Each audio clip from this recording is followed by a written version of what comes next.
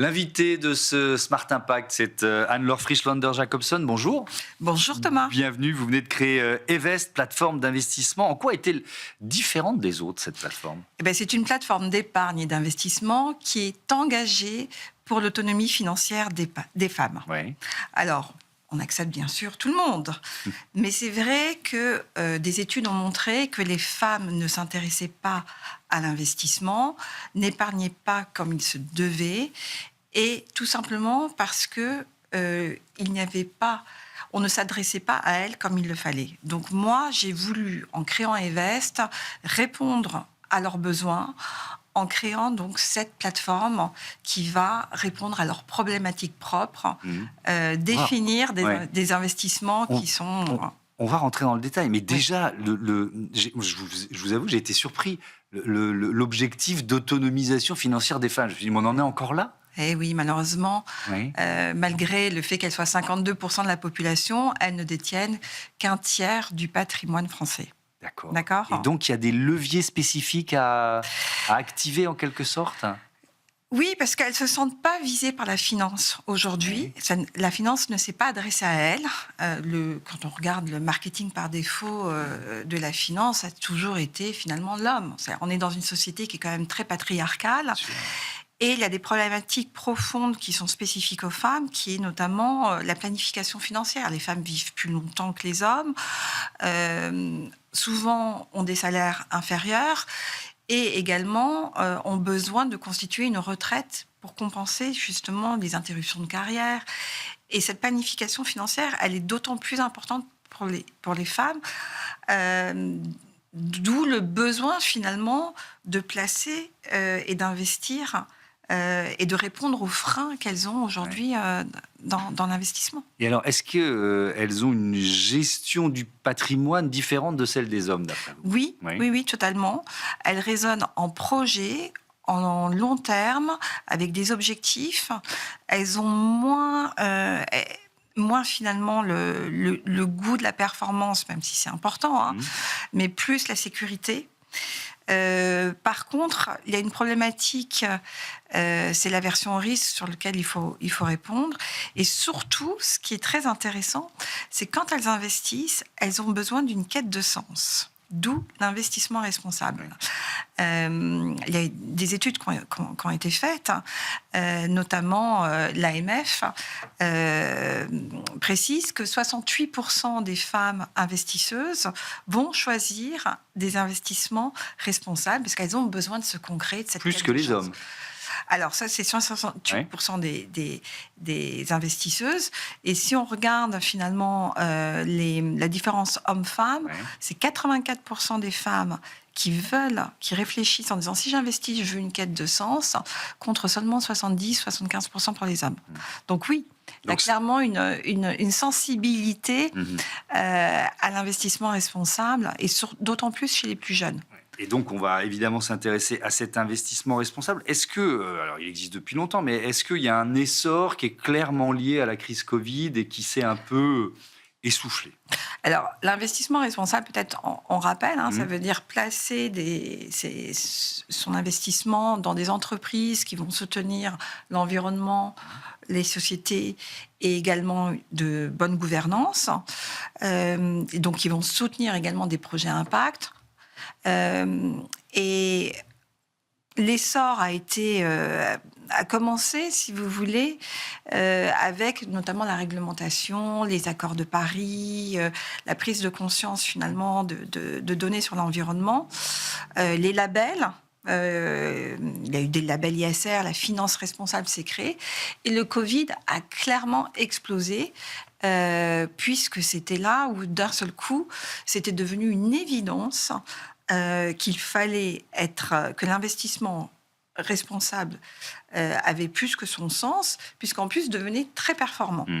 Donc il y a eu vraiment un pic au niveau de la crise Covid, mais ce pic, finalement, il a été assez court, puisqu'il a été assez vite mis à mal avec la guerre en Ukraine, qui a finalement créé cette crise énergétique et remis le dossier défense sur la table, où la défense, jusqu'à présent, là encore, maintenant c'est en train de s'intégrer, n'était bien sûr pas pas intégré à ces fonds de finances responsables.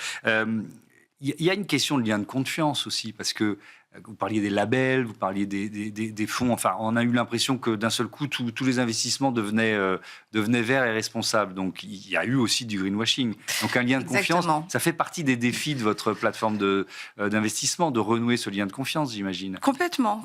Alors, c'est vrai que la crise énergétique, donc avec l'énergie, des performances qui ont été moins bonnes sur les fonds d'investissement responsables parce qu'ils étaient exclus finalement de ces énergies qui performaient d'un seul coup très bien. Mais au-delà de ça, ce que vous disiez sur le greenwashing, c'est très important. C'est-à-dire que la finance a très bien compris que c'était un axe auquel il fallait se positionner. Et il y a eu des ratés, il y a eu des loupés, il y a eu effectivement certains scandales qui ont montré que des sociétés montraient des rapports, ces scandales de greenwashing qui ont un petit peu dit attendez, c'est un peu pipeau votre histoire. Mais ça l'est pas. Ça ne l'est pas, c'est primordial, c'est important de ne pas se laisser embarquer par quelques cas de greenwashing et de généraliser tout. C'est vrai que les sous-performances de quelques années ont un petit peu réduit l'attrait de certains investisseurs, mais pas ceux des femmes. Et puis, Est-ce que ça veut dire, pardon d'interrompre, que vous, votre job, c'est aussi de choisir les labels? Alors de s'y retrouver dans un maquis de labels avant de flécher un investissement plutôt qu'un autre? Alors, mon job, il est de plusieurs manières. C'est d'aller sélectionner d'abord des thèmes d'investissement qui vont répondre à impact, qui vont répondre à la sensibilité des femmes, mais qui vont également être performants. D'accord ? Parce que l'idée, c'est quand même de créer de la rentabilité pour les investisseurs. Et il y a un autre rôle, c'est d'aller s'assurer que ces investissements que l'on choisit avec des gérants, nous on choisit des gestions, sont faits en bonne conformité et être suffisamment sérieux pour éviter finalement ce greenwashing qu'on a connu. Et alors, il doit y avoir une question qu'on vous pose 20 fois par jour, mais c'est le côté responsable et le rendement. Est-ce que c'est compatible? C'est-à-dire, est-ce que c'est toujours vrai? Est-ce que c'est moins vrai qu'avant de trouver des fonds responsables qui ont un rendement équivalent aux autres? Alors, ça dépend, en fait. Ça dépend des fonds. Ça dépend des fonds, ça dépend des thèmes d'investissement que l'on va choisir. Si on prend, par exemple, un sujet qui est propre aux femmes, c'est les femmes leaders, les sociétés qui investissent, qui ont une parité, finalement, dans leur entreprise. Donc, l'indice des femmes leaders, il va surperformer l'indice MSCI World, qui est un indice qui est déjà pas très, très facile à battre. C'est extraordinaire quand même. Donc, ça devrait inciter toutes les entreprises à mettre des femmes à la tête de leur conseil d'administration. On s'est rendu compte, effectivement, que les femmes participaient à une bonne performance. Alors après, on peut s'expliquer parce qu'elles sont peut-être plus raisonnables, plus sérieuses, il y a moins de risques. Mais oui, les sociétés qui ont cette parité surperforment en bourse. Donc, clairement, bien sûr, c'est un thème d'investissement que nous avons choisi et qui, en plus, est surperformant. C'est vrai aussi des questions environnementales, par exemple? Alors, l'environnement a un peu plus souffert, justement, par ce côté énergie. Par contre, sur le long terme, ça reste un thème très porteur. Et récemment, d'ailleurs, ça crée une certaine résilience. Depuis le début de l'année, alors qu'on a été chahuté avec les tarifs de Trump, les sociétés qui respectaient les accords de Paris en Europe l'indice a eu une très très bonne performance et a très bien résilié, a été très résilient par rapport à d'autres entreprises. Pareil pour le bien-être au travail, qui est un autre thème que l'on met dans nos portefeuilles.